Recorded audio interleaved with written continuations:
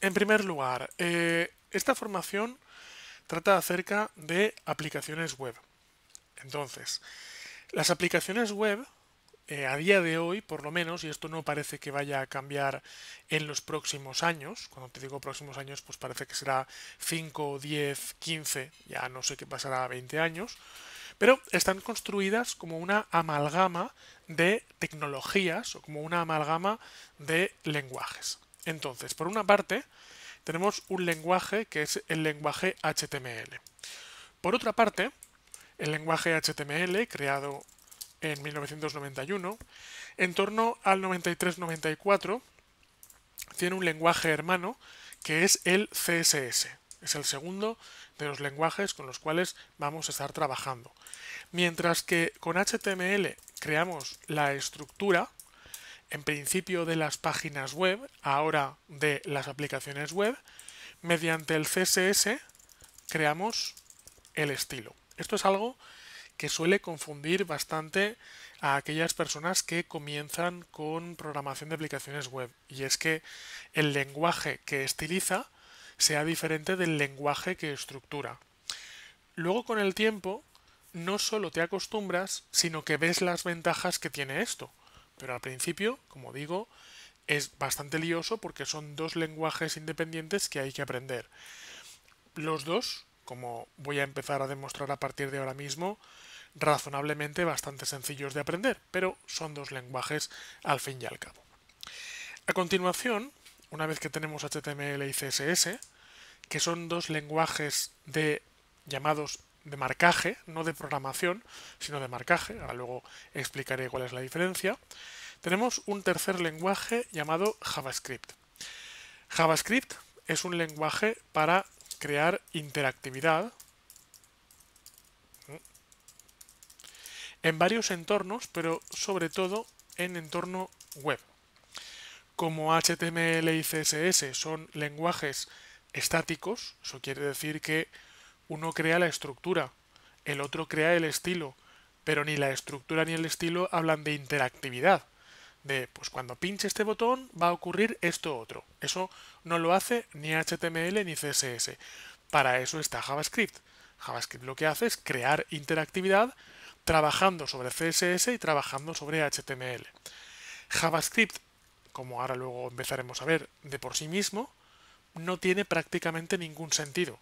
JavaScript necesita como mínimo tener HTML para poder trabajar.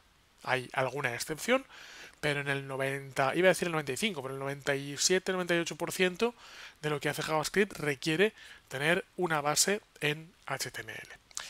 Y todo esto, estas tres cosas, es lo que conocemos como tecnologías de cliente. En tecnologías de cliente estamos hablando de tecnologías que se ejecutan en el ordenador del cliente. Como ahora veremos a continuación, a día de hoy no hay alternativa para HTML. Que no haya alternativa no es malo. Yo generalmente suelo decir que cuando no hay alternativa de algo no es para alegrarse. En este caso, que no haya alternativa es porque HTML es un lenguaje libre y abierto para que lo use cualquier persona. Entonces, en este caso, concretamente, es bueno. Ahora bien, todo esto cambia bastante cuando hablamos de tecnologías de servidor. Cuando tenemos una aplicación web, esa aplicación web, en muchas ocasiones desde el ordenador de nuestros usuarios, se conecta a un servidor remoto en una gran cantidad de ocasiones, como por ejemplo hemos hablado anteriormente, para guardar cosas en una base de datos. Entonces, en las tecnologías de servidor hay un lenguaje de servidor, hay varios de ellos. Vamos a estar trabajando con PHP, pero también quiero que sepas que existe Java en el servidor, que existe Python en el servidor o que existen otros muchos, o ASP.NET. Y luego tenemos una base de datos. Una base de datos que puede ser MySQL, puede ser SQLite, puede ser Microsoft SQL Server, puede ser Oracle, puede ser una gran cantidad de bases de datos. Verás que muchas de ellas incluso aquellas que no lo tienen, pero muchas de ellas tienen SQL en el nombre, lo cual nos indica cuál es la tecnología sobre la cual trabajan. Entonces, en este caso, vamos a estar usando por una parte PHP como lenguaje de servidor y por otra parte MySQL. Vamos a ver. Igual hasta el momento todavía no tienes ninguna pregunta, más que nada porque lo que acabo de hacer es vomitar un montón de palabras extrañas en la pantalla. Entonces no es que no tengas preguntas, es que igual no sabrás exactamente por dónde empezar a preguntar. Entonces, todo esto, como te digo, es el resultado. Si quieres, déjame, como ya lo he escrito antes, déjame que borre estos lenguajes y así nos centramos directamente en lo que toca. Y así nos quedamos directamente con los lenguajes con los que vamos a trabajar. Todo esto es el resultado de una evolución tecnológica que ahora a continuación te contaré, o mejor dicho, te contaré más adelante, porque tampoco quiero que el principio del curso sea tan teórico y quiero empezar a meter las manos en el código lo antes posible. Y ya habrá en su momento pues huecos a lo largo del curso para ir hablando de la historia. Y la historia es importante porque explica por qué las cosas son como son. Pero tampoco quiero hacer un curso aburrido de historia porque lo que quiero hacer es un curso más divertido de programación. ¿Vale? Entonces, con todo esto, yo de momento lo guardo. Te explicaré que esto tiene su razón de ser, entonces probablemente llegará un momento en el que te sentirás, pues no ya te digo confundido, pero frustrado de por qué tengo que aprender 5 lenguajes de programación. Más sencillos o más complejos, pero 5 lenguajes de programación en definitiva. Y la razón es porque esta combinación para hacer aplicaciones web es una combinación que ha ido surgiendo, se ha ido amalgamando con el paso de los años. Probablemente si alguien, por ejemplo, en el 91, cuando se creó el HTML, dijera, oye, vamos a hacer aplicaciones web 2.0, pues esa persona, que tiene un nombre, que es Tim Berners-Lee, pues hubiera dicho, oye, vamos a hacerlo todo en un solo lenguaje, para no marear a la gente con 5 lenguajes. Pues probablemente. Pero, sin embargo, no ha ocurrido así. Sin embargo, primero aparece un lenguaje y luego alguien dijo, qué guay, vamos a hacer este otro lenguaje como acompañamiento y luego alguien dijo, pero vamos a añadirle también esto y han sido piezas que se han unido unas encima de las otras. Cuando ocurre esto, y antes de empezar a programar código, pero cuando ocurre lo que podríamos llamar una situación de desbalance, y esto podríamos considerar que es una situación de desbalance, que haga falta 5 lenguajes para hacer algo, yo suelo decir que la naturaleza tiende a balancear el desbalance. Entonces, lo lógico sería que llegara algún día alguien y dijera, oye, mira, 5 lenguajes no, uno, o como mucho 2. Pero ese día, aunque yo pienso que lo lógico sería que ocurriera eso, pero ese día no está cercano todavía. ¿Vale? Por eso, yo de hecho, si ese día estuviera cercano, yo probablemente no estaría impartiendo este curso, sino que esperaría. Hay que llegar a ese día, más que nada porque para mí, y esto es un concepto del cual en este curso hablaremos en repetidas veces, para mí hay una cuestión muy importante que es la durabilidad de la información y la durabilidad del aprendizaje. Es decir, que el esfuerzo que hagas, no en este caso tú, sino también yo, es decir, tú en este caso aprendiendo esto que vas a aprender, pero como ya te iré contando a lo largo de este curso, yo también aprendiendo cosas nuevas cuando tengo que aprender, lo primero que hago al aprender algo nuevo es preguntar, bueno, ¿cuánto va a durar esto? Porque no quiero estar 6 meses rompiéndome los cuernos aprendiendo algo para luego descubrir que al mes número 7 ha cambiado, porque es perder el tiempo y porque ya lo he hecho hace años y no lo quiero volver a hacer. ¿Vale? Por eso es por lo que te digo que son una amalgama de lenguajes, pero a día de hoy y todavía, como ya te digo, durante al menos 5, 10, 15 años vale la pena aprenderlos porque no parece que vaya a cambiar al menos en estos 10 o 15 años. Y por tanto es por lo que te quiero decir que el esfuerzo de aprendizaje que vas a tener que hacer, pero luego por lo menos vas a tener tiempo de sobra para poder amortizar ese esfuerzo. Y cuando digo amortizar, tú mismo verás lo que es amortizar. Quiero decir, hay gente que dice, yo me quiero hacer mi propia aplicación y ser feliz haciendo mi propia aplicación y quiero que mi aplicación dure. O hay gente que dice, yo lo que quiero es aprender estos lenguajes para luego incorporarme al mercado laboral y sé que con estos lenguajes voy a poder estar al día en el mercado laboral durante una serie de años. Quiero decirte con esto que cada uno tiene su propio concepto de lo que considera amortizar su propio esfuerzo. Yo evidentemente no te voy a decir cuál es tu concepto, tú lo tienes que saber, yo tengo el mío propio, pero en definitiva, sea cual sea, esta combinación de tecnologías, como verás, pues es duradera en el tiempo. Entonces, antes de seguir hablando más de historia, lo que quiero es empezar a picar algo de código, para que el curso no se haga aburrido.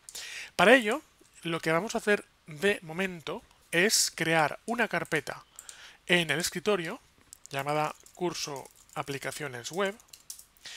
Más adelante esta carpeta ya no podrá estar en el escritorio.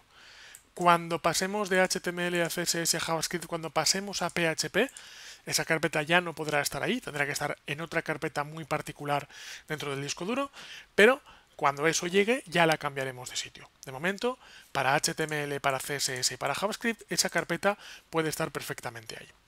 Entro dentro de esa carpeta y lo primero que voy a hacer es trabajar con un editor de código.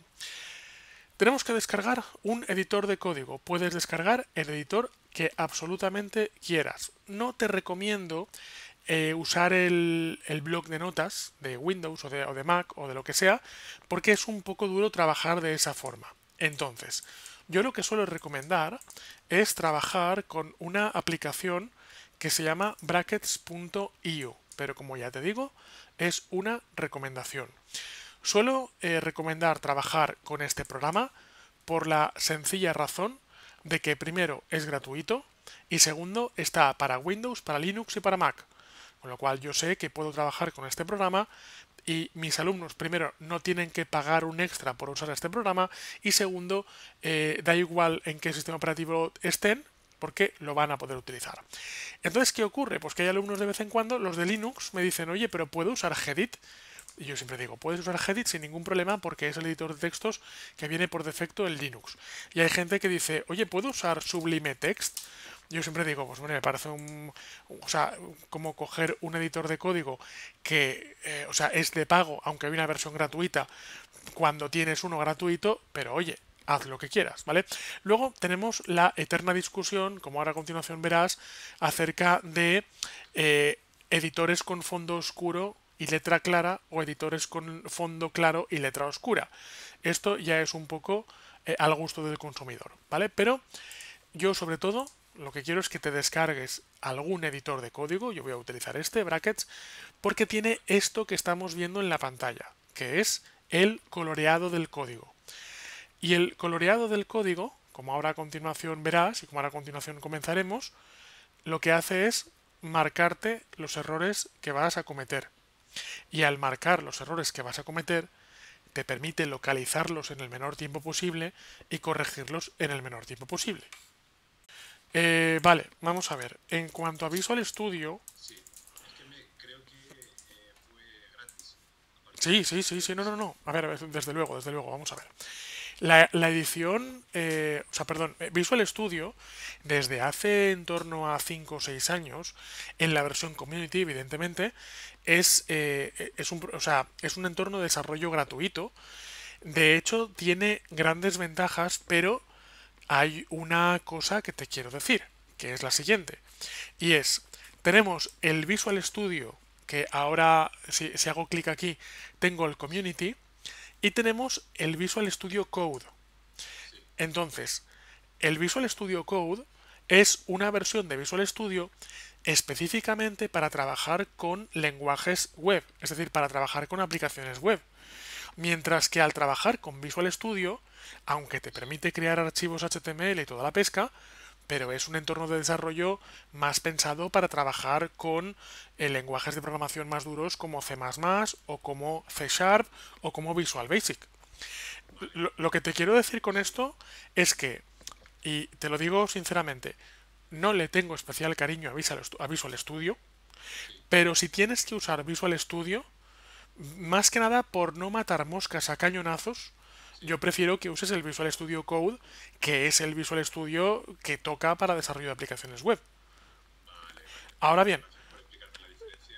claro, Eh, yo lo que te digo es, puedes empezar en el que quieras, Pero si en algún momento estás en Visual Studio y sientes como que no estás en el sitio correcto, como que dices, ostras, este programa parece que está pensado para otras cosas, pues en ese caso puedes empezar con el Community y cuando notes eso, pues te vas a Visual Studio Code y ya está, ¿vale? Vale, no obstante, voy a ir a los... Verás, como editor, por eso yo insisto mucho desde el principio que o sea, los alumnos podéis utilizar el editor que absolutamente queráis. Sí que no es mala recomendación que utilicéis el mismo editor que yo utilizo. Sí, Yo suelo poner el siguiente símil. Y es que realmente un editor al final es algo así como un coche, desde el punto de vista de cuando aprendes a conducir coches. Es decir, me da igual el editor que uses porque al final todos tienen volante y tres pedales y cambio de marchas. Pero claro, esto de que todos los coches tienen volante y tres pedales y cambio de marchas es muy bonito de decir cuando ya sabes conducir. Pero claro, en tu ya, primer día de conducción, tú dices, vale, no me cuentes que todos los coches tienen volante y tal, porque no sé conducir todavía. Con lo cual tú enséñame a conducir este coche y luego ya hablaremos de otros coches, ¿vale? Pues ocurre algo parecido, que a un nivel experto yo te puedo decir que al final todos los programas son igual, pero claro, pues tú dirás, vale, pero por si acaso me pierdo y por si acaso tú haces algo en la pantalla, yo no sé dónde está en mi pantalla, pues no está mal que empecemos con el mismo sí, entorno de desarrollo y, bueno, otra cosa que te quiero decir, esto ya es manía personal, pero si quieres, digamos, sacamos todas las manías personales y es que Brackets es un programa de Adobe. Adobe es una empresa que fabrica Photoshop, fabrica Illustrator, fabrica InDesign y otro tipo de programas de diseño gráfico y de multimedia.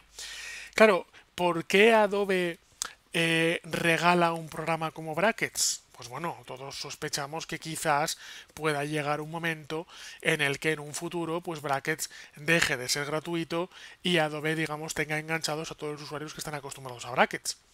Pero lo mismo ocurre, por ejemplo, con Visual Studio. Visual Studio, como tú mismo has dicho, hace años era de pago. En este caso, Microsoft se ha dado cuenta de que pues, la tendencia de mercado le empuja a abrir el entorno para hacerlo gratuito, pero claro, no sabemos cuándo Visual Studio habrá atrapado a suficientes usuarios como para decir, muy bien, ahora lo vuelvo a hacer de pago, ahora que estáis ya todos enganchados a Visual Studio. Lo que te quiero decir es que yo el curso en absoluto lo voy a enfocar a un entorno de desarrollo o a otro. Lo voy a enfocar única y específicamente al código, para que tú puedas saltar al editor de código que tú quieras, en el sistema operativo que tú quieras y lo puedas hacer correctamente. ¿Vale? vale, vale. Y mientras vas instalando, hay otra cosa que te quiero decir antes de empezar, que es algo que me he dejado antes a mitad, y es que antes he insistido en lo de que el editor de código tenga colores para identificar cuando cometes un error. Entonces, hay una cosa que te quiero dejar clarísima ahora mismo, antes de que pase ni un solo minuto más, y es que tú vas a cometer errores. Tú vas a cometer errores, yo voy a cometer errores, todo el mundo va a cometer errores. Es decir, programar sin cometer errores no es un objetivo, o al menos no es un objetivo realista. Es imposible programar sin cometer errores. Lo digo porque la comisión de errores en un momento dado te va a llevar a la frustración. Entonces no hay que frustrarse, simplemente lo que hay que hacer es dar por hecho que cometer errores es algo completamente natural, acostumbrarse a ello y no aspirar a no cometer errores, sino aspirar a encontrar los errores lo más rápido posible y a arreglar los errores lo más rápido posible. Por eso es por lo que insisto en que el editor de código tenga lo del coloreado, porque el coloreado te va a ser una ayuda para encontrar lo más rápido posible los errores y arreglarlos. ¿Vale? De ahí lo del colorín. No es que me haga especial uso en el colorín, pero lo necesito para esto. ¿Vale? Entonces, una vez que Brackets esté instalado, simplemente lo voy a llamar. En mi caso aparecerá con unos cuantos archivos de antes. Un momento. Vale, entonces. Uy, no vaya. Voy a cerrar todo lo que tengo aquí.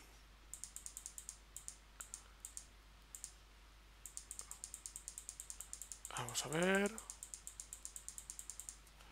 Un momento y cerrar todo. Vale. En tu caso, ahora cuando abras brackets, aparecerá por aquí, bueno, vamos a ver, aparecerá por aquí algún tipo de página web. Vamos a ver. Todavía se está Sí, revelando no, que no pasa no sé nada. cuándo. Perfecto, exacto. Y en definitiva, me da igual realmente lo que aparezca aquí, ahora cuando se te instale, porque yo lo que quiero es que vayas o vayamos a archivo, le demos a archivo nuevo, con lo cual ves que se crea, voy a plegar esto, aquí. Mira, aquí se creará el primeros pasos. Esto es lo que, vamos a ver, esto es lo que verás que se te va a abrir en el momento en el que se te abra brackets por primera vez. Es un archivo que, digamos, viene de muestra. Pero como te digo, vamos a ir a archivo, vamos a crear uno nuevo y vamos a ir a continuación a archivo, guardar como, y lo guardaremos dentro de escritorio, curso aplicaciones web, con el nombre, ahora luego te explicaré por qué, index.html. Y sobre ese archivo vacío es donde realmente vamos a empezar a programar. Ahora a continuación es cuando podemos empezar a escribir. El primer lenguaje con el que vamos a trabajar es el lenguaje HTML. Y este lenguaje es un lenguaje basado en marcas, es un lenguaje de marcaje. Esto quiere decir que yo a continuación voy a escribir menor que HTML mayor que. Y ocurre lo siguiente. Vamos a ver, en el lenguaje HTML la gran mayoría de marcas se abren y se cierran. En el momento en el que yo he escrito, lo voy a volver a hacer, en el momento en el que yo he escrito menor que HTML, HTML mayor que, automáticamente, esto es lo que se llama la etiqueta de apertura, automáticamente el sistema ha creado para mí esta etiqueta de cierre, que es la etiqueta de cierre de HTML. Entonces, la una se diferencian de la otra en cuanto a que HTML no lleva barra y la etiqueta de cierre lleva barra.html. Esto quiere decir que si yo ahora, por ejemplo, aquí en el medio creo una etiqueta que se llama longaniza, en el momento en el que yo cierro la etiqueta, automáticamente me crea la etiqueta de cierre longaniza. Vale. Yo esto lo hago en plan de broma, pero realmente no es tan broma, porque fíjate que no es tan broma en el momento en el que realmente el programa me ha creado una etiqueta de cierre longaniza. El lenguaje HTML es uno de los lenguajes más abiertos que existen. De hecho, ya te contaré más adelante que el lenguaje HTML deriva de otro lenguaje mucho más abierto todavía, que es el lenguaje XML. En el lenguaje XML tú te creas tus propias marcas. El lenguaje HTML es un lenguaje de marcas donde ya existen una serie de marcas predeterminadas. Entonces, la etiqueta HTML es una de las marcas que vienen predeterminadas. La etiqueta longaniza no es una de las marcas predeterminadas, pero como has visto, se puede utilizar, ¿vale? Tú te puedes inventar tus propias etiquetas. ¿Es recomendable? No, en absoluto es recomendable, pero como poder se puede. Esto es una diferencia muy grande porque hay otros muchos lenguajes de programación donde no es una cuestión de si es recomendable o no es recomendable, es que directamente no se puede. Luego también te voy a decir que más adelante, voy a eliminar la etiqueta longaniza, más adelante te hablaré de una cosa que se llama el HTML o, mejor dicho, el W3C Validator. El W3C Validator, que es el validador del consorcio W3C, es un validador donde tú puedes subir tu código y te dice si es correcto o no es correcto. Es decir, te dice si sigue el estándar o no sigue el estándar. Yo soy muy poco talibán de seguir los estándares. Es decir, hay que escribir código correctamente, pero el código lo importante es que funcione, más que siga los estándares al pie de la letra. Por eso es por lo que, esto te lo enseñaré más adelante, no me voy a obsesionar con ello, pero como el cumplimiento de los estándares a veces también afecta a cómo Google aprecia nuestras aplicaciones web, en cuanto a que si cumplen los estándares las aprecia mejor que si no los cumplen, pues llegado el momento te diré que esto existe y que conviene que lo sigamos, ¿vale? Pero como verás, no voy a ser un talibán de los estándares. Cuando yo creo una etiqueta HTML y a continuación, si te has fijado, el programa me la ponía a continuación y yo lo que he hecho es bajar para hacerme un poco de espacio en el medio. Yo lo que estoy haciendo es decirle al programa, dentro, entre aquí y aquí, lo que hay aquí dentro va a ser código HTML. Es decir, lo que hay entre la etiqueta de apertura y la etiqueta de cierre va a ser HTML.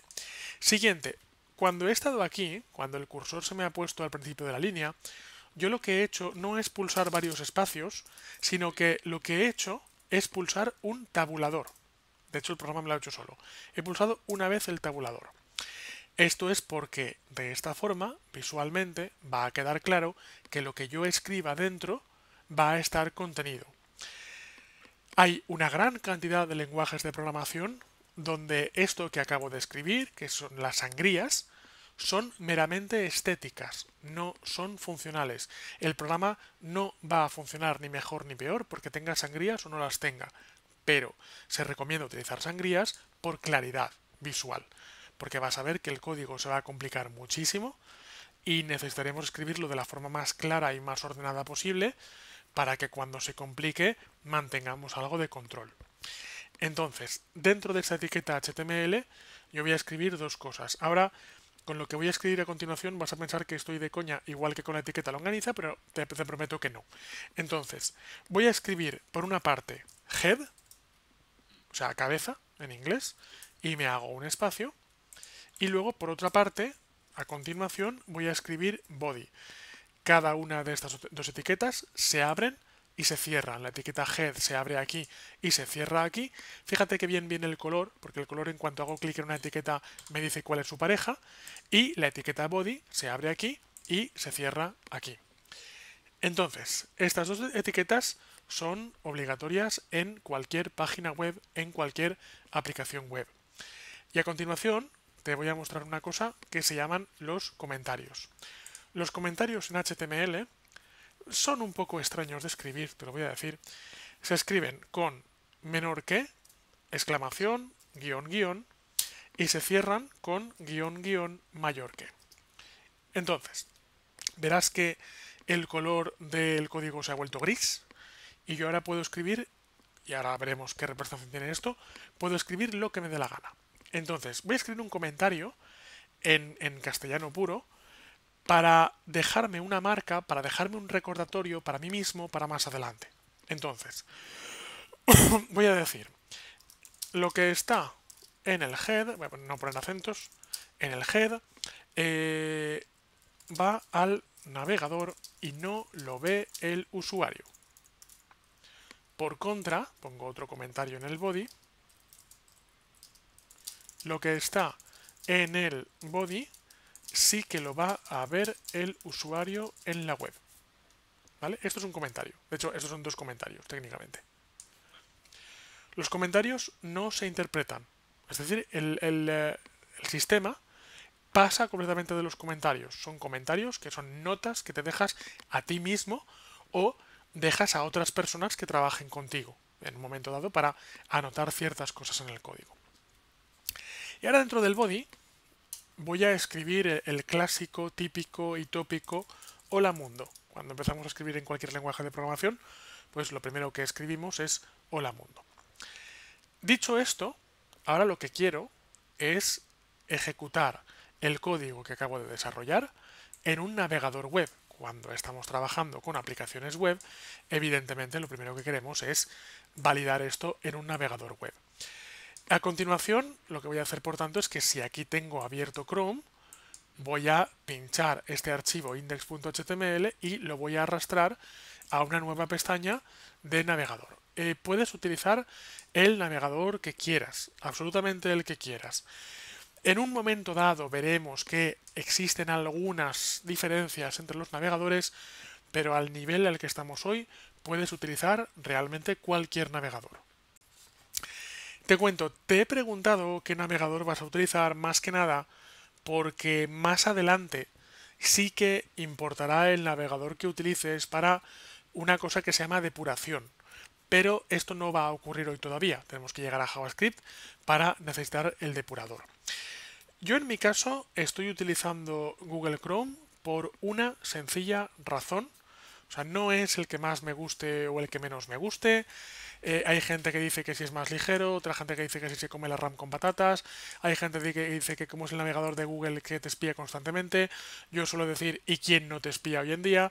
Pero en definitiva lo que voy a hacer es que voy a ir a StatCounter Global Stats. Esta es una página con estadísticas, a mí me gusta mucho, la utilizo muchísimo, sobre todo para estudios de mercado a nivel tecnológico. Entonces me voy a ir, por ejemplo, a evaluar cuáles son los navegadores tengo Worldwide, lo que voy a hacer es coger Spain directamente, o Europe, me da igual, ¿vale? Lo que quieras. Entonces voy a coger Spain, ¿vale? Y quiero desde pues 2009 hasta hoy, hasta junio de 2020. Voy a visualizar la gráfica, es posible que tarde un pelín porque he pedido un montón de... Sí, correcto. Entonces, mientras tanto, mientras que se va cargando la gráfica, podemos ver aquí arriba que actualmente Google Chrome tiene el 72% de la cuota del mercado. Entonces, esta es la razón por la cual utilizo Chrome, y es más que nada para tener un navegador que coincida al máximo posible con los navegadores que tengan la gente. En segundo lugar, tenemos Safari, que es el navegador que viene por defecto con el sistema operativo de Apple, ya que muchos usuarios de Apple son vagos en el sentido de que, bueno, si ya viene Safari, pues ¿para qué quiero instalarme otro? Luego viene Firefox, que en su momento dado, fíjate que tuvo su gran cuota de mercado, en su momento fue la gran alternativa a Internet Explorer. Luego tenemos el navegador por defecto de Samsung, esta gráfica está cogiendo también teléfonos móviles. Luego tenemos Edge Legacy y luego tenemos Internet Explorer. He querido seleccionar tanto tiempo en esta gráfica simplemente para ver cómo en un momento dado, después de la guerra de los navegadores que ocurrió entre 2002 y 2004, pues Internet Explorer fue cayendo poco a poco hasta que prácticamente hoy, pues como ya ves, tiene una cuota de mercado de 1,18%. Y en su momento Firefox fue la gran alternativa a Internet Explorer. Quiero que sepas que yo a nivel filosófico simpatizo muchísimo no solo con Firefox, sino con la Mozilla Foundation, o sea, con la fundación que hay detrás del navegador. De hecho, yo hace años me compré un teléfono móvil que llevaba el Firefox OS, o sea, el navegador, el sistema operativo de Firefox para teléfonos móviles. Al final tuve que tirar ese móvil porque no tenía WhatsApp y mis clientes me obligaban a tener WhatsApp, pero te quiero decir que es un móvil que me encantaba.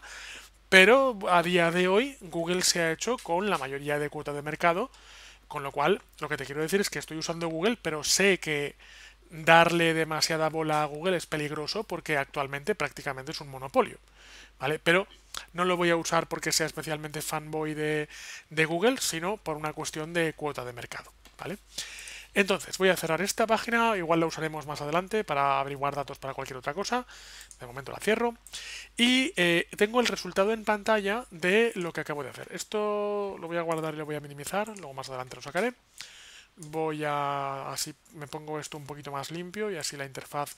¿Esto qué es? Ah, sí. Esto pues, lo minimizo también. Bien, y me quedo con esto y así tengo un poco el espacio de trabajo un poquito más limpio. Bueno, el resultado de todo el trabajo que hemos hecho hasta ahora puede ser un poco decepcionante en el sentido de que todo lo que hemos escrito en la pantalla y realmente lo que pone es hola mundo. Entonces, quiero hacer lo siguiente. Quiero que pulsemos botón derecho y que veamos el código fuente de la página y que de esta forma comprobemos como sí que tengo todas las etiquetas que he escrito antes. Aunque esas etiquetas no tengan una representación visual, sí que existen dentro de la página web. Entonces, volviendo aquí al FreeMind, volviendo al mapa mental que estaba haciendo, antes hemos hablado de que HTML es la estructura. Cuando hablamos de la estructura, yo suelo, para que entiendas un poco cuál es la relación entre estos lenguajes, yo suelo comparar a estos lenguajes con una persona humana, ¿vale? Entonces, yo suelo decir que HTML es como el esqueleto de una persona. El esqueleto no se ve. O sea, tú cuando ves a alguien caminando por la calle no ves su esqueleto, ves su piel. ya hablaremos de esto de CSS. Pero claro, aunque no veas el esqueleto, aunque el esqueleto a priori sea invisible, tiene que haber un esqueleto dentro de esa persona, porque si no esa persona se caería como si fuera de goma. Entonces, con HTML ocurre exactamente lo mismo. Que este resultado sea un poco frustrante no quiere decir que lo que hemos hecho no tenga importancia. Otra cosa es que no tenga representación visual, pero sí que tiene importancia. Vale, ahora habrá etiquetas que, como ahora verás, sí que tienen cierta importancia. Para que este código de hecho cumpla, ¿vale? Como ya te digo, no soy muy talibán de la normalización, pero sí que voy a intentar que el código que escriba sea correcto desde el principio.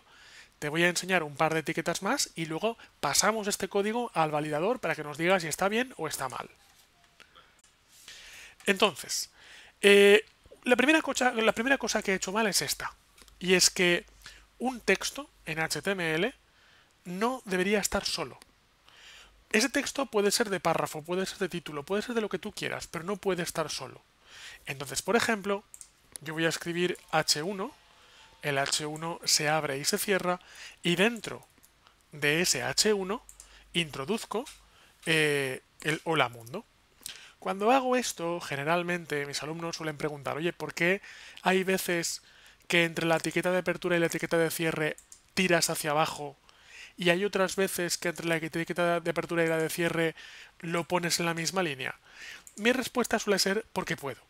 ¿Vale? Entonces, la respuesta un poquito más ampliada es que da igual, lo puedes hacer de cualquiera de las dos formas, pero si hago así, o sea, puedo hacer este código y funciona exactamente igual, está igual de correcto. El problema es que estoy malgastando 3 líneas para algo que podría hacer en una sola línea.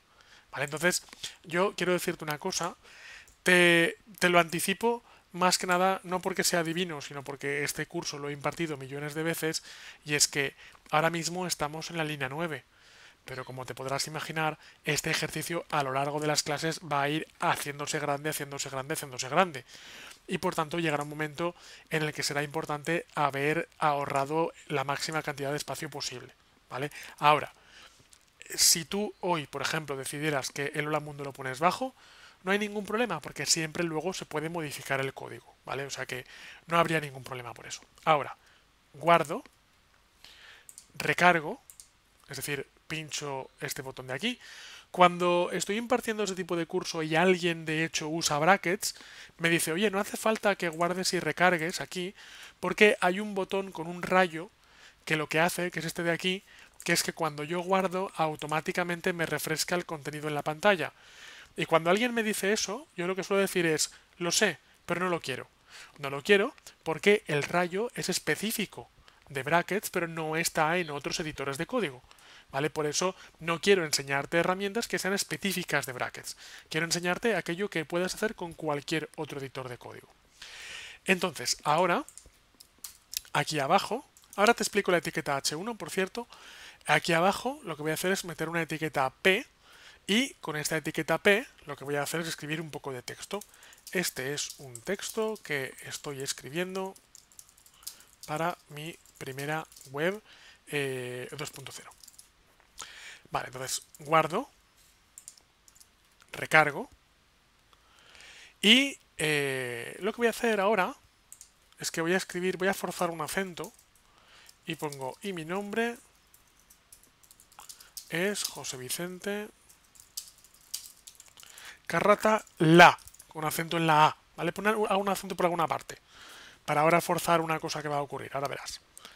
Entonces yo ahora guardo, recargo, y aparece esto. Esto es lo que quería ver, ¿vale? Es que, claro, si no ponemos acentos no hay errores, por eso quiero poner un acento para que aparezca el error y veamos el por qué se produce ese error.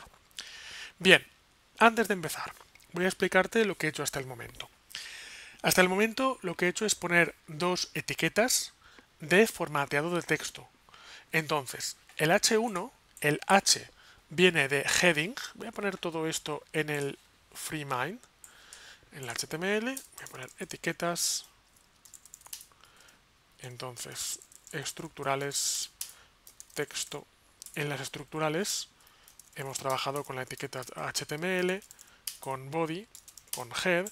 En el texto vamos a trabajar con cabeceras Las cabeceras en inglés se llaman headings, de ahí la H, ¿vale? Y hay 6 cabeceras. H1, H2, H3 y así hasta H6, ¿vale? Cuando explico esto, algún alumno siempre me dice, oye, ¿por qué hay 6? ¿Y por qué no hay 8? ¿O por qué no hay 12? Y yo siempre, cuando llega esta pregunta, lo que hago es contar lo que me ocurrió en mi proyecto final de carrera en la universidad, y es que hice títulos y subtítulos y subtítulos y subtítulos, y en el tribunal me echaron una bronca porque me dijeron que no hay que usar más de 3 niveles de complejidad porque si no la gente llega a un momento que se pierde, ¿vale? Entonces yo siempre suelo decir lo mismo, hay 6, pero de hecho prácticamente nunca deberíamos llegar a utilizar ni el H5 ni el H6. Luego, por otra parte, está la etiqueta de texto o se llama, más que texto, perdona, párrafo o parágrafo. Técnicamente la palabra en inglés correcta es paragraph, pero en castellano, aunque existe la palabra parágrafo, solemos utilizar más la palabra párrafo, ¿vale? Entonces simplemente que sepas que cuando pongo una etiqueta P quiere decir que voy a escribir texto normal, voy a escribir texto de párrafo, o sea, texto sin texto de título, por ejemplo.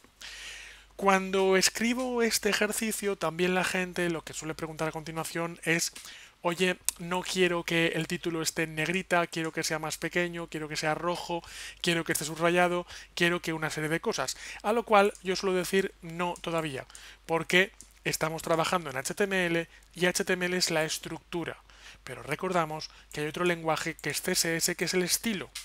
Entonces, si algo es negrita o no lo es grande o es pequeño, si es rojo o es azul, eso es el estilo, no es HTML. ¿Vale? Por eso no es que no diga, no lo quiero explicar. No lo quiero explicar ahora que estamos en HTML.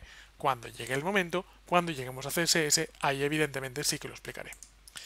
Entonces, por aquí tenemos, bueno, un pequeño problema, evidentemente, y es que los acentos no se están interpretando correctamente.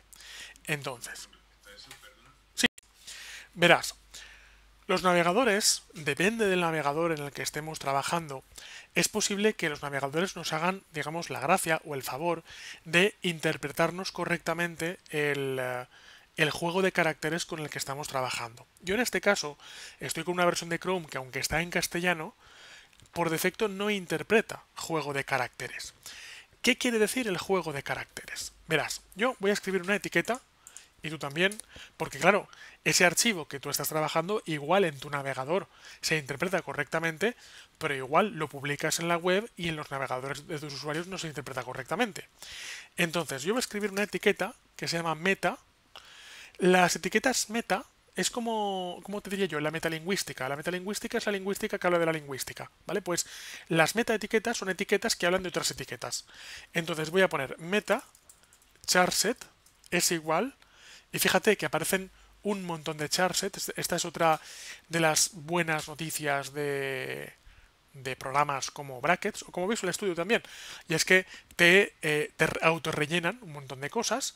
Pues verás, ahora a continuación yo lo que voy a hacer es que voy a poner una codificación llamada UTF-8. La codificación UTF-8 es la correcta para Europa Occidental. Pero un momentín, antes de hablar de eso, antes de poner eso, lo que quiero que veas es que pone Big Five, que tú ahora mismo no sabrás lo que es Big Five, pero yo te digo que es la codificación de caracteres para China, creo que es chino cantonés, o no me acuerdo qué chino o chino simplificado, no me acuerdo. Hay una donde pone KR, que es coreano. Hay un montón de ellas donde pone JP, que es japonés. Entonces, yo te quiero decir lo siguiente. Ten en cuenta que nosotros damos como totalmente normal los caracteres tales como por ejemplo las vocales con acento o la ñ.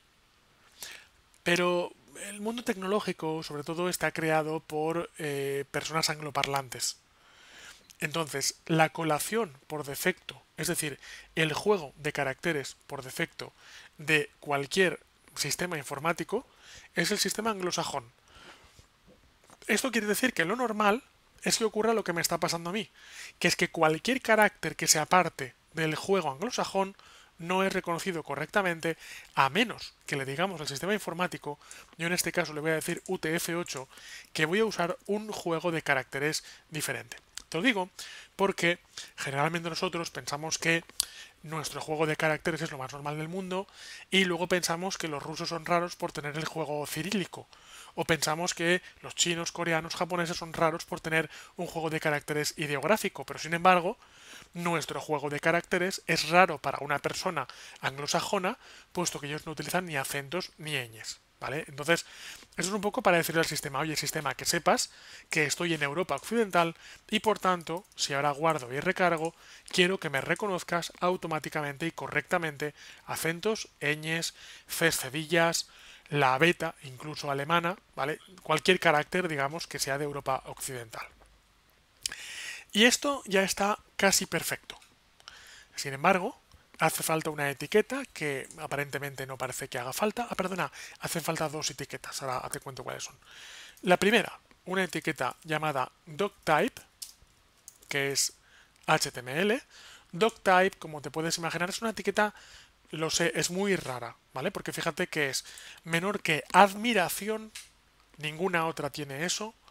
Y luego doctype, doc de documento y type de tipo, HTML. Esta etiqueta dice que sepas que lo que te vas a encontrar a continuación es HTML5, no cualquier otro número, sino 5. Ahora verás por qué. Y esta etiqueta es obligatoria, aunque a día de hoy y ya hace unos cuantos, bastantes años, el HTML5 es el estándar en web, pero es necesario poner esta etiqueta. No me voy a enrollar mucho con respecto a esto. Simplemente lo que te voy a decir es que si pones HTML versions en la Wikipedia, por ejemplo, vamos a ver, HTML, HTML versions Wikipedia, a ver si hay una página específica, parece que no. Vale, en castellano mejor que no. Entonces, más que nada porque la Wikipedia en inglés suele tener más información. Claro, entonces verás que, por ejemplo, el HTML versus timeline, pues mientras que HTML1, como te comentaba hace un momento, nació en 1991, el HTML2 en el 95, HTML3 97, HTML4 97, el HTML3 duró poco, el HTML4 duró bastantes años y mientras que el HTML5 empezó a estandarizarse en 2009-2010, es en 2014 donde se firma el acuerdo del estándar y por tanto el HTML5 es el que tenemos actualmente. Técnicamente hay dos pequeñas subversiones, que es el HTML5 5.1 y el 5.2. De hecho, en este curso, como ahora luego verás a continuación, vamos a estar trabajando con HTML 5.1 y 5.2, es decir, con las actualizaciones, ¿vale? Pero, mira, de hecho, aquí está en el 91 la primera versión, ¿vale? El primer draft. Entonces, en HTML4, como verás, había tres variaciones, que es el estricto, el transicional y en basado en marcos, que a día de hoy desgraciadamente está prohibido, ¿vale? Pero tenía su utilidad. Es por esto que en HTML, esto que estás viendo aquí indica que no estoy trabajando en HTML4, sino que estoy trabajando en HTML5, aunque no lo ponga, ¿vale? Aunque ahí ponga HTML, pero básicamente le sirve al sistema para saber que este documento está en HTML5. Y por último, cualquier documento HTML debería tener una etiqueta title. Si yo no creo una etiqueta title, ves que ahí arriba en la pestaña, pone index.html. Pero yo vengo por aquí y digo curso de aplicaciones web. Guardo, recargo y ahora verás que allá arriba no pone index.html, sino que pone curso de aplicaciones web. Esta etiqueta a un nivel práctico no es tan importante, pero como ahora veremos a continuación, se requiere para que este código valide como correcto. Entonces, me voy a volver al validador de la W3C y en este validador yo puedo validar de tres formas.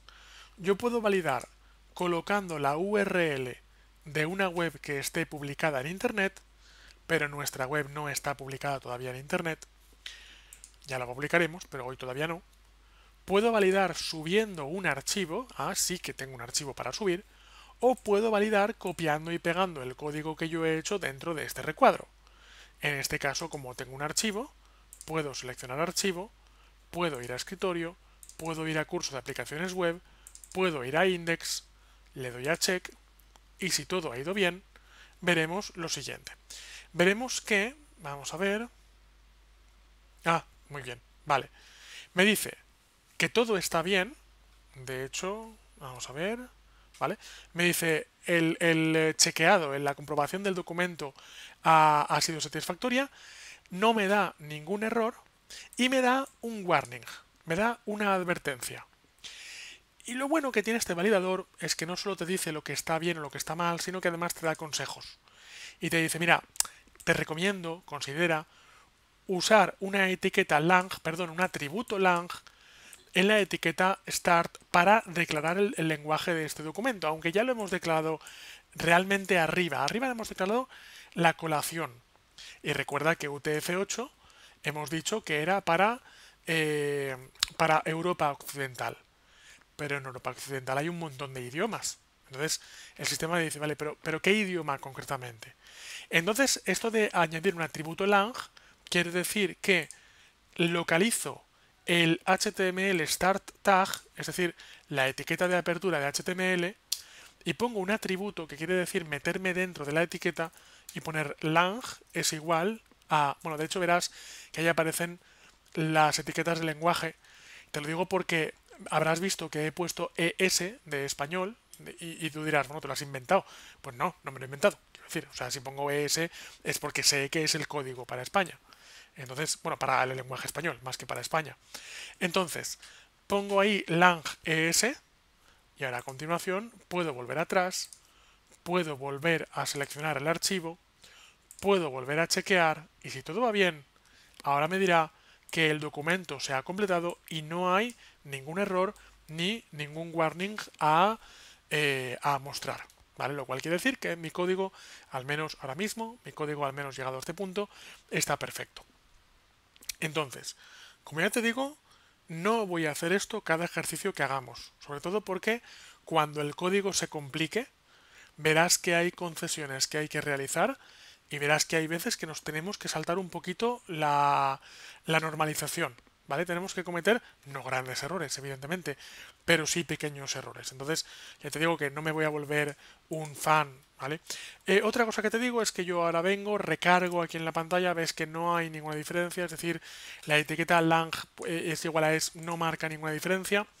Ahora bien, sí que te digo que esta etiqueta es importante no solo para el estándar, sino también para Google, para el maldito Google. Entonces, hay dos tipos de aplicaciones web. Hay aplicaciones web que son intranets, es decir, donde solo deben entrar los usuarios que tú digas, y hay otras aplicaciones web que son externas, que son visibles al público general. En aquellas aplicaciones web que son visibles al público general, te interesa poner etiquetas como estas en las cuales estás declarando el idioma de la página web en el que vas a trabajar. ¿Por qué? Porque de esta forma tú lo que estás haciendo es darle pistas a Google. Y Google sigue una regla muy fácil de entender, que es que cuanto más te lo curres tú con Google, más se lo va a currar Google contigo. Entonces, te interesa ponérselo fácil a Google para que Google te considere bien. Siendo que este curso no es ni de lejos un curso de marketing digital, pero aunque sea un curso de programación pura y dura, pero es inevitable dar una serie de principios como que, por ejemplo, pues cuando creamos una aplicación web vamos a querer que la gente, especialmente cuando es una aplicación web vista hacia el público, vamos a querer que la gente la encuentre correctamente en Google, que Google a día de hoy es el buscador principal. Entonces, por eso te digo que no es mi intención hacerle la pelota a Google, pero sí que tenemos que portarnos bien con Google si queremos que Google se porte bien con nosotros. Vale, entonces, y verás, para empezar creando una aplicación web que sea un poquito más interesante que esto, a continuación voy a crear 3 bloques. Estos 3 bloques son dos de ellos nuevos de HTML5 y uno de ellos nuevo de HTML5.1, que son los siguientes. Dime una web, dime una, la que tú quieras. La que tú quieras, dime una. La que yo quiera. Absolutamente la que tú quieras. Esto es Facebook, por ejemplo. Facebook, ¿vale? Esto es como los magos que dicen saca una carta, ¿vale? Pues vamos a entrar en Facebook. En Facebook, si te fijas, aquí arriba tenemos como una especie de cabecera. Luego tenemos el cuerpo principal donde está todo. Y luego abajo, bueno, aquí en este caso está un poco oculto, aquí a la izquierda, tenemos el pie de página, ¿vale? Tenemos un pie de página. Dime otra página. La página. Sí, Revit para tontos. vale, Es mi blog. vale.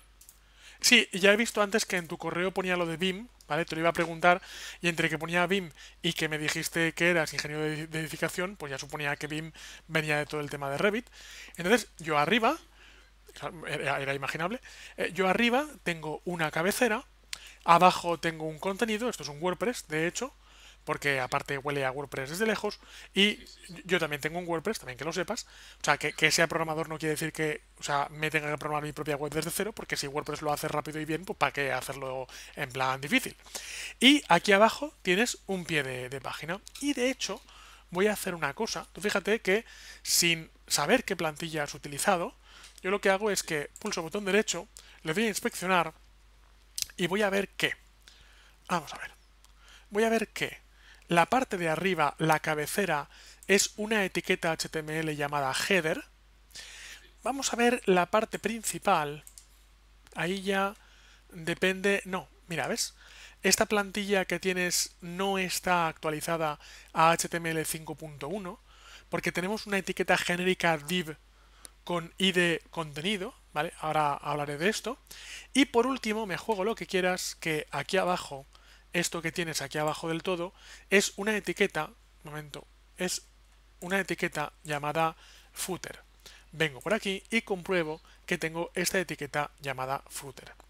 Entonces, he querido que me dijeras si esta comprobación que te acabo de decir la puedes hacer en cualquier página que tú quieras, para demostrarte que la mayoría, no todas, pero la mayoría de las páginas a día de hoy siguen lo que se llama el modelo de sándwich. Cuando digo esto del modelo de sándwich, de vez en cuando, me ocurrió una vez, la primera vez que me ocurrió, un alumno levantó la mano en clase presencial y me dijo, oye, esto del modelo de sándwich te lo acabas de inventar tú.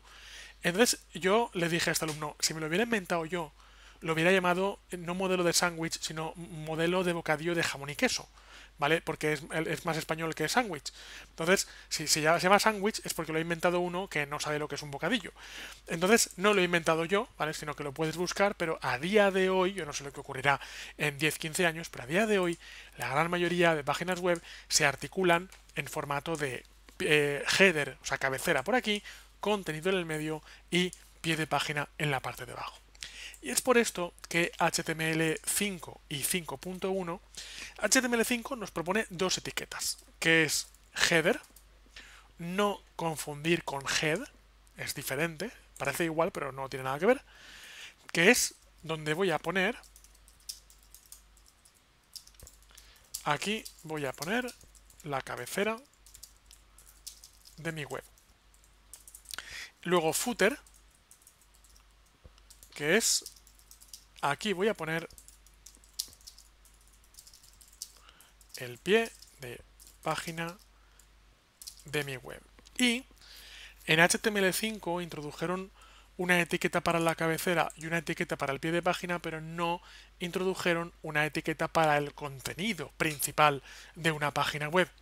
Entonces, desde HTML5.1 existe una etiqueta llamada main. Entonces, en la etiqueta main, aquí voy a poner el contenido principal de mi web. Estas etiquetas, mientras las vas escribiendo, yo voy a irme al FreeMind y son etiquetas estructurales de HTML5, estructura del body, que son no son las únicas, ya te iré escribiendo más etiquetas, ¿vale? Pero son de momento el header, el main y el footer. Guardamos y voy a minimizar. Y ahora lo que voy a hacer es un poco reestructurar el código que había escrito. Entonces, esto que he puesto aquí de Hola Mundo, pues lo voy a bajar aquí abajo, al header, y voy a crear la página de José Vicente Carratalá. El texto me lo voy a cargar de momento, ahora lo volveré a escribir, ahora lo reubicaré. Y verás, vamos a ver.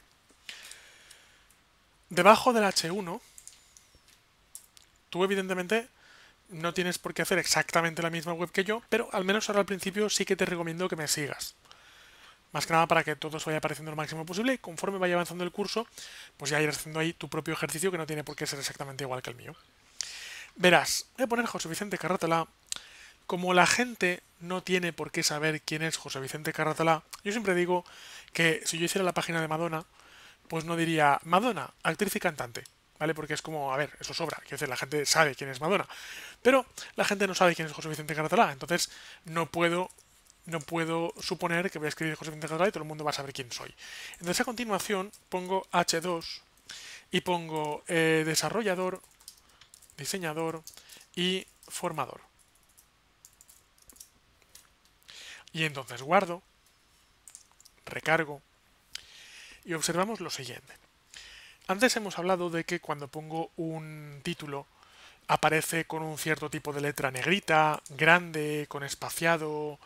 Esto es lo que se llama el estilo por defecto del navegador. Esto quiere decir que cuando el navegador se encuentra con un título, si yo no he especificado el estilo que tiene, el navegador tiene un estilo por defecto. Esto a mí ahora mismo me da igual, me da exactamente igual, porque yo sé que más adelante voy a aprender un lenguaje llamado CSS con el cual voy a poder quitar la negrita, voy a poder cambiar el color, voy a poder cambiar el tamaño, voy a poder hacer lo que me dé la gana, voy a poder cambiar el tipo de letra, poder hacer lo que quiera. Pero a mí ahora hay una cosa que me interesa más y es saber que el primer título lo he puesto con estilo H1 y el segundo lo he puesto con estilo H2. Eso quiere decir que el título H1 es más importante y el título H2 es menos importante. Y sobre todo, e insisto, y te lo vuelvo a decir una vez más, esto es importante para Google, para que cuando Google pase por mi web sepa qué es lo más importante y sepa qué es lo menos importante. Para demostrarte esto, yo suelo usar una página que se llama BurRank. Está en burrank.com. Esta página te hace una cosa que se llama un informe SEO. SEO es un concepto, como te decía antes, de marketing digital y tiene que ver con el posicionamiento orgánico de una web. Entonces, si yo entro en esta página y quiero sacar un informe para saber si mi página web, en este caso es jocarsa.com, si está bien posicionada o no está bien posicionada, yo en este caso me vengo por aquí y bajo por aquí abajo y lo primero que me encuentro es que me dicen tienes que tener una etiqueta de título. Ah, pero yo he escrito una etiqueta de título. ¿Lo ves? Esto ya sería correcto para el posicionamiento. Tienes que tener una etiqueta de metadescripción. Yo aquí no la tengo. La tengo en mi página web, que es un WordPress, pero no la tengo aquí. Ahora a continuación la pondremos. Y a continuación tienes que tener encabezados.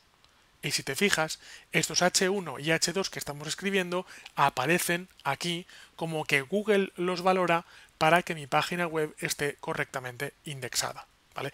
Y de hecho, luego hablaremos del análisis semántico, de lo importante que es repetir ciertas palabras para que Google me asocie a ellas.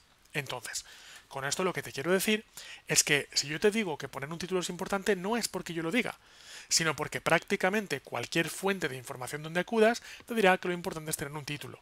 Si yo a continuación ahora te digo que debemos tener una metadescripción, no es porque yo te lo diga, sino porque cualquier informe que consultes te dirá que es importante tener una metadescripción. Como a veces, como de vez en cuando vamos al médico, vamos a por una segunda opinión. Vamos a otra web llamada SEO Site Checkup, SEO sitecheckup.com. Voy a introducir de nuevo, otra vez, en mi caso, mi web. En tu caso, evidentemente, te interesará más analizar tu propia web que la mía, para saber cómo está. No, te lo digo porque aprovecha, evidentemente. Sí, sí, sí, sí, Esto es estoy como... aquí viendo. Exacto, tus resultados. Esto es como lo que te he dicho y te diré muchas veces más, que es lo de aprovecha y mata a dos pájaros de un tiro. Es decir, Sí, analiza lo tuyo. Lo mío ya lo puedes ver en la pantalla. Bueno, aquí te va a decir, esperamos un segundo a que aparezcan los resultados. Empiezan a aparecer por aquí. Entonces, si te fijas, tienes que tener un título, tienes que tener una descripción. En este caso va directamente a las palabras clave y este informe prima las palabras clave sobre los títulos H1 y H2 y H lo que sea. Pero fíjate que, por ejemplo, el título y la descripción siguen estando en las primeras posiciones. sí, Entonces, voy a minimizar esto y a continuación lo que voy a hacer es, bueno, en este caso era para demostrarte el por qué es importante poner el H1, el H2, lo que sea, y a continuación aquí lo que voy a hacer es poner una etiqueta meta. Y en este caso, vamos a ver, meta, role, vamos a poner, vamos a ir a mi web, vamos a ver el código fuente de la web. Estoy viendo aquí los atributos. Charset no. Content es lo que voy a hacer a continuación. Ahí está. Name es igual a description. sí, Content es igual a lo que sea. ¿Qué quiero decir con lo que sea? Un segundín. Mira aquí en la pantalla. Yo busco en Google Jocarsa. O busco en Google Jocarsa o busco en Google José Vicente Cardá, ¿vale? Lo que sea. Y si nos fijamos, tenemos por aquí el título y tenemos por aquí una pequeña descripción. Entonces, lo que aparezca en esa descripción es lo que va a aparecer dentro de esta etiqueta de contenido. Entonces, por ejemplo, mira, ¿sabes qué? Me voy a copiar esto porque ¿para qué? Ahí. Si yo ahora vengo aquí, me daré cuenta de que Jocarsa, José Vicente Cartelá, proyectos, consultoría, formación acerca de inteligencia artificial, eso no aparece aquí. sí, No aparece aquí porque, como te he dicho antes, esto lo que está en el head va al navegador y no lo ve el usuario. Pero, sin embargo, es importante que esté, aunque no se vea, porque como estás viendo, luego Google lo utiliza para posicionarte. ¿Vale? Entonces, otra cosa que te digo. Y, como ya te digo, inevitablemente se mezclan algunos conceptos de marketing digital, pero tampoco voy a profundizar en ellos porque sería otra historia diferente. Entonces, esto que estás viendo aquí, esas palabras están elegidas a conciencia y están curadas a lo largo de los años. Quiero decir que con los años yo lo que voy haciendo es meter y quitar palabritas según me va interesando. Te lo digo porque hay una página que se llama Google Trends, donde, por ejemplo, si buscas BIM, sí, y si buscas BIM en el terreno específico en el contexto de España, sí. vamos a ver, Sí, la usé para el nombre del blog, sí que sí. correcto, eso es. Pero claro, o sea, una cosa es el nombre del blog, pero luego, si tienes que redactar una frase entera, ¿qué otras palabras hay? Pues, en este caso, bien, fantástico. Bim Bam Toy entiendo que no. A ver, un momento. A ver si pone Bim... No. Hmm, Es que si pongo Bim Arquitectura se rebajarán un montón los resultados, ¿ves? Y no habrá palabras clave. Voy a poner Bim en mayúsculas. Parece que no tiene la suficiente... Y a lo mejor se pone BIM instalaciones, Sí, puede ser un poquito más, sí. no lo sé, instalaciones. Vamos a verlo. No, ni siquiera tiene... Sí, pero mira, pero en definitiva, o bien pongo aquí BIM y he visto aquí que, por ejemplo, BIM Server, ¿vale? Eso sí, Sí, BIM 360, ¿vale? sí, O he visto por ahí otra palabra que es metodología BIM o espacio BIM. Son palabras que la gente está buscando junto con la palabra BIM. Luego mi recomendación para que la gente te encuentre es que esas palabras aparezcan en tu descripción, ¿vale? Digamos que vale, uses los mismos términos que está usando la gente para que Google te asocie correctamente a ellos, ¿vale? Y luego vamos a utilizar, vamos a utilizar una etiqueta un poquito más multimedia. Voy a abrir el FreeMind para hacer esto un poquito más divertido y un poquito más visual. Dentro de multimedia tenemos muchos tipos de archivo, tenemos sobre todo imágenes, tenemos vídeo y tenemos audio. Entonces, vamos a empezar hoy con la etiqueta de imágenes, una etiqueta muy sencilla, pero evidentemente lo primero que necesito es cargar una imagen. Entonces me voy a ir a Google, voy a buscar una imagen mía, tú puedes buscar la imagen que quieras, absolutamente la que quieras, y voy a descargar una imagen mía, por ejemplo esta de Twitter, y la voy a bajar, guardo la imagen como, atención, esto es muy importante. Tengo que guardar la imagen en la misma carpeta del curso de aplicaciones web. Te recomiendo que hagas una carpeta nueva. El nombre de la carpeta será el que tú quieras, por favor, que no tenga acentos. Es decir, si creas una carpeta llamada imágenes, intenta que la A no tenga acento. Yo lo que suelo hacer es crear una carpeta IMG, ¿vale? Y muy importante, el nombre de la imagen, que no sea un nombre tan, ¿vale? Como este. Yo voy a poner algo como José Vicente, todo seguido, y ya está. Y le doy a guardar. Y ves que dentro de IMG, pues hay josevicente.jpg, ¿vale? Es importante que tengamos localizado. También es importante que la imagen tenga el nombre y el marcaje correcto. ¿Para qué? Pues para que luego cuando te busques en Google, pues aparezcas correctamente. Sí, claro, hay otros José Vicente Carratalá, pero yo copo la primera página de resultados. Y esto es importante, por lo que te decía antes de... O sea, lo importante no es solo hacer una buena web, sino que aparezca correctamente indexada en los buscadores. Bien, pues ahora a continuación, lo que voy a hacer es que aquí abajo, detrás del H1, por ejemplo, o arriba, ¿sabes? Arriba. Luego lo podemos cambiar de orden, esto es lo de menos. Voy a utilizar una etiqueta llamada IMG. El nombre de la etiqueta no tiene nada que ver con el nombre de la carpeta, ¿vale? Son coincidentemente iguales. Y ahora voy a poner IMG SRC. SRC viene del inglés source, o sea, fuente, source, digamos. Y ahora tengo que escribir IMG barra. Y de hecho, fíjate que incluso Brackets me está reconociendo ya que existe una imagen en esa carpeta, josevicente.jpg. Y voy a escribir eso. De hecho, si pongo el ratón encima, incluso me aparece la miniatura de la imagen. Esto es un poco lo de menos, pero bueno, pero es señal de que la ha cogido correctamente. Entonces, guardo, recargo y veo que tengo la imagen ahí. Es decir, veo que no solo puedo meter texto en una imagen, sino que puedo meter algo de multimedia. Dicho esto, ahora a continuación, ¿te acuerdas que te he dicho antes que no voy a ser muy talibán con el tema del estándar? De hecho, voy a cerrar esta página. Me voy a saltar el estándar.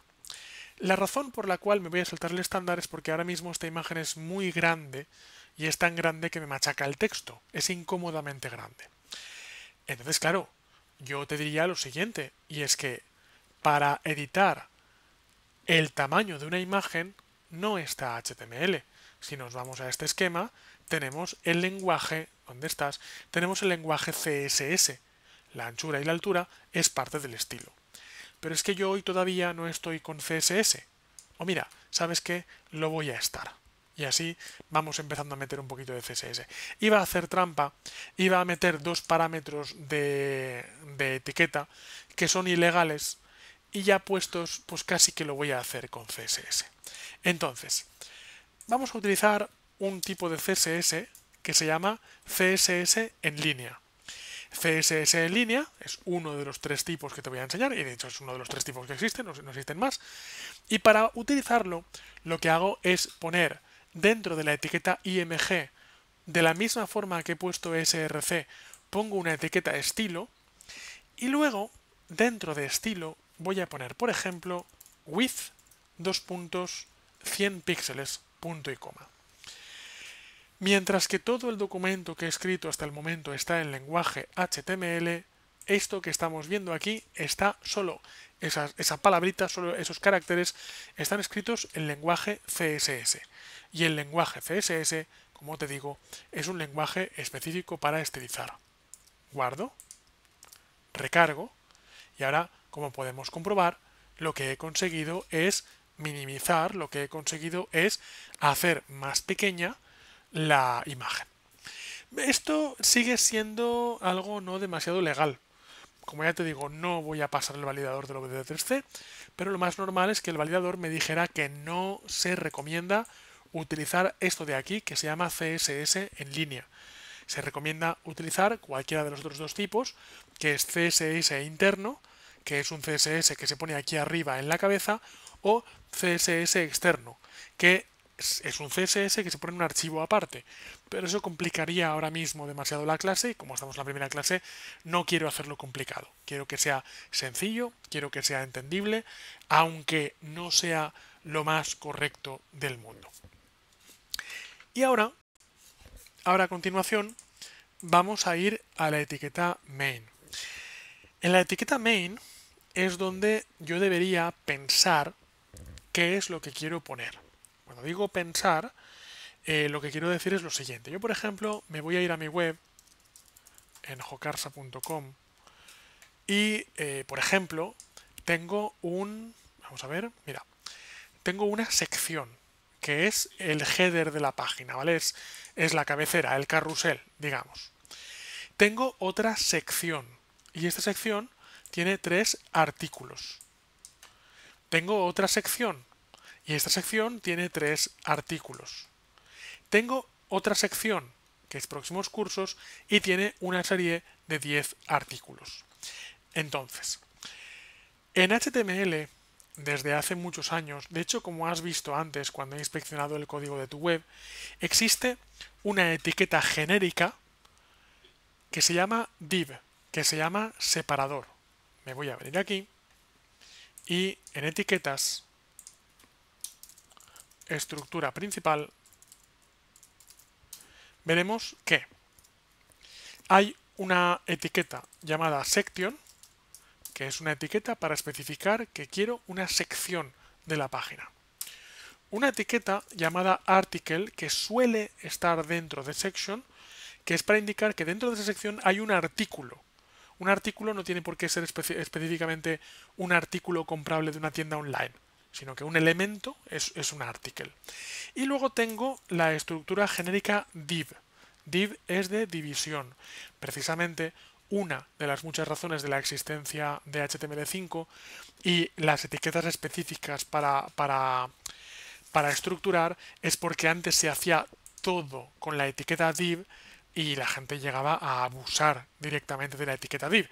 Sigue estando y sigue existiendo y sigue siendo legal, pero vamos a intentar utilizarla lo menos posible. Entonces yo ahora vengo por aquí y voy a crear, en este caso, vamos a ver, voy a crear un section. Para no complicarme ahora mucho la cabeza, lo que voy a hacer es como si fuera a duplicar la estructura de mi web, ¿vale? Porque es la estructura clásica. Entonces voy a crear un section y voy a poner h3, aquí va el carrusel. Ahora lo cambiaremos. Voy a crear otro section con un h3. Aquí van los destacados. Y section. Y por último, por ejemplo, aquí van los últimos artículos del blog. Por cierto que nos hemos dejado el footer sin hacer. Entonces voy a poner un h4 y voy a poner copyright 2020 José Vicente Carratalá. Vale, entonces si ahora abrimos esto, recargamos y vemos que aquí va el carrusel, aquí van los destacados, aquí van los últimos artículos del blog. Esta estructuración tiene un pequeño problema, o sea, ahora mismo es correcta, pero tiene un pequeño problema, Y es que tengo tres etiquetas section que son iguales. ¿Y cómo va a saber luego el programa cuál es la diferencia entre una etiqueta y otra etiqueta? Ahora mismo no lo puede saber, porque ahora mismo son iguales. Entonces, para esto hay dos parámetros de etiqueta que son el ID y la clase. Son dos parámetros un poco a veces complejos de entender, pero yo suelo aplicar la siguiente regla para explicaros fácilmente en estas primeras sesiones de estos cursos, que es lo siguiente. Yo voy a poner, por ejemplo, ID. Tengo que elegir entre ID y clase. Y en este caso voy a llamar a esto carrusel. Mi cuestión es, ¿en la web va a haber más de un carrusel o va a haber solo uno? Si solo va a haber uno, se pone un ID. Y si va a haber más de uno, se pone una clase. Entonces, en este caso, lo que voy a hacer es poner un ID. Ahora, el ID muchas veces es leído por Google. Y Google, leyendo el ID del carrusel, va a tener una cierta idea de qué es lo que va a encontrar aquí dentro. ¿Vale? Por tanto, mi recomendación es que lo pongamos en inglés para facilitarle a Google cómo se dice carrusel en inglés, que se me acaba de ir de la cabeza. Pues no lo sé, pero, o sea, lo sabía, pero no me acuerdo. Entonces me voy al Google Translator y voy a ir de español a inglés, carrusel y carousel. Carrusel. Creo que para hacer referencia sí es, para hacer referencia a lo de las fotos. Sí, sí, pues bueno, voy a ponerlo, en definitiva. Es que me suena otra palabra, pero bueno, da igual, carrusel, lo que sea, porque en definitiva, o sea, para hacer referencia a fotos, Google entenderá a qué me refiero. Ahora, a continuación, section, destacados, pues ID es igual a pues, la palabra que quieras, por ejemplo, highlights, ¿vale? Y por último, en section, en esto que son los artículos, últimos artículos del blog, pues por ejemplo pongo blog. Yo qué sé, ¿sabes? Luego se puede cambiar, pero una serie de palabras con las cuales Google entienda qué es lo que va a encontrar ahí dentro. Porque, insisto una vez más, y es que Google usa esa regla de que cuantas más pistas le des tú, cuanto más masticado le des a Google lo que hay en tu página web, más se lo va a currar Google contigo. Es como tú me lo pones fácil, pues yo te lo pongo fácil. Vamos a ver. Ahora, un momentito. Vale, ahora a continuación, lo que voy a hacer es poner unos últimos artículos, por ejemplo, y digo article. Y ahora yo vengo por aquí y digo class, porque este se va a repetir. Y digo class blog article. Y ahora, por ejemplo, aquí dentro voy a poner H5, título del artículo, y contexto de parágrafo. Aquí voy a escribir, venga, el contenido del artículo.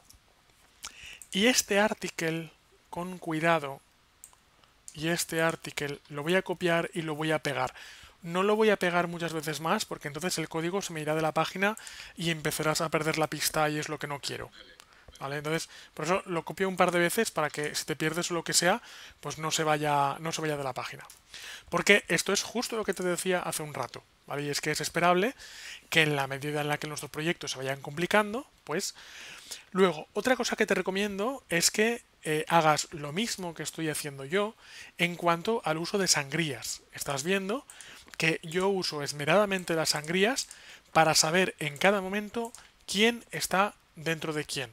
Insisto que cuando empiezas a escribir código y el código se empieza a complicar, es completamente normal el hecho de que, pues eso, o sea, pierdas la pista, y las sangrías y el colorín es una de las formas con las cuales puedes saber dónde te has perdido y puedes saber dónde está el problema, ¿vale? Por eso yo te voy a hacer una cosa. De hecho, ahora mismo sería fácilmente comprobable. Yo soy muy desastrado, te lo digo. O sea, Ahora mismo no te envío una foto de mi escritorio porque me da vergüenza ajena mostrar mi escritorio. De hecho, estoy ahora mismo en martes y jueves haciendo un curso de Arduino, con lo cual ahora mismo tengo mi mesa llena de cacharritos electrónicos de Arduino. Pero no es excusa, porque literalmente, y ya sé que esto se está grabando, pero literalmente hay hasta unos calzoncillos encima de mi mesa. Eh, Eso sí, limpios y plegados, pero hay unos calzoncillos encima de mi mesa. Entonces, lo que te quiero decir es que yo, como persona en mi día a día, soy muy desastrado, pero a la hora de escribir código, intento ser ordenado. Por una razón muy sencilla. No es por amor al arte, no es porque me guste el orden, sino porque me revienta luego perder tiempo. Entonces, código desastrado, cuando sale algún problema, código desastrado equivale a pérdida de tiempo. Y yo no quiero perder tiempo, ¿vale? Por eso es por lo que te recomiendo que seas cuidadoso con que el código esté ordenado, porque considéralo una inversión para el futuro. Porque el tiempo que aparentemente gastes ahora en ser ordenado no es un gasto, es una inversión para el futuro. ¿Vale? Bien, dicho lo cual, vamos a ver, ya tenemos por aquí por pantalla una mínima estructura. Esto evidentemente es cualquier cosa menos bonito de ver, ¿vale? Porque estamos trabajando, lo que te decía antes, con el esqueleto, ¿vale? Estamos trabajando con la estructura de la web, pero a continuación no hemos acabado de ver todavía HTML, evidentemente, pero en las próximas clases lo que haremos es trabajar con código CSS. Voy a enseñarte una cosita de CSS para darte un poquito de ánimos, para que veas que el código al final no será tan feo como el que estás viendo en la pantalla, y luego acabamos la clase con más HTML. Entonces, hemos visto antes esto de aquí, esta etiqueta style, que es uno de los tres estilos de meter CSS, que es CSS en línea. Vamos a ver el segundo tipo de CSS, que es crear una etiqueta dentro del head llamado style. Esto se llama CSS interno, porque es un CSS que está dentro del archivo. Ten en cuenta que no es lo mismo escribir este style que crear una etiqueta de apertura y de cierre style. Y yo a continuación voy a escribir un trocito de código. Requiero de ti ahora mismo un pequeño salto de fe, en el sentido de que tú escríbelo tal cual y ya verás. Tampoco es un salto de fe tan grande. También te lo digo que es fácil ver lo que va a hacer este código. Entonces voy a escribir H1. H1 quiere decir que lo que voy a escribir a continuación afectará a la etiqueta H1. Voy a poner un par de llaves, no confundir con los corchetes, que están las llaves justo bajo de los corchetes. Y ahora voy a escribir color, dos puntos, blue y punto y coma. Por cierto, se admite tanto la palabra norteamericana color como la palabra inglesa color, ¿vale? Se admiten las dos. La palabra teóricamente correcta es la norteamericana color. Y entonces, yo una cosa que también te diré más adelante, en cuanto empecemos con CSS, es que si sabes inglés, ya sabes la mitad de CSS. Porque todo el CSS es así.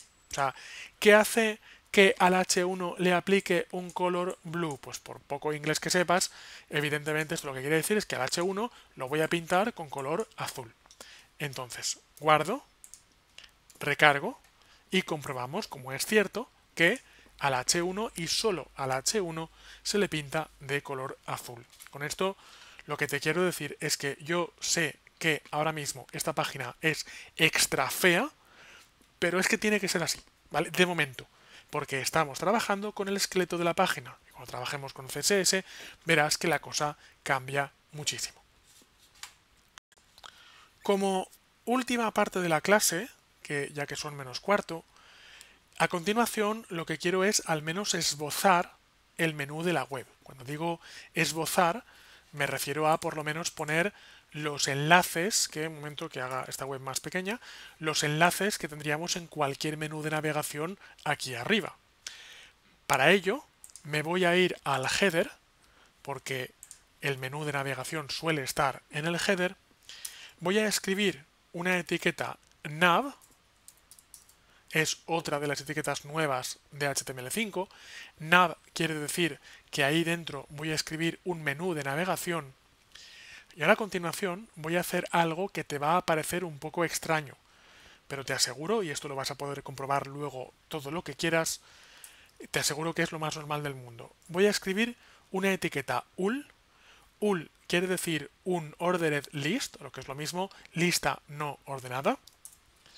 Y a continuación voy a escribir una serie de elementos li. Ya sé que esto se acaba de complicar de repente mogollón, y es que de repente han aparecido tres etiquetas de la nada. Nav para decir que es un menú de navegación, ul para decir que voy a hacer una lista no ordenada y li para decir que voy a hacer un elemento de lista. Para no complicarme mucho, lo que voy a hacer es copiar los elementos que tengo en mi web. Entonces inicio y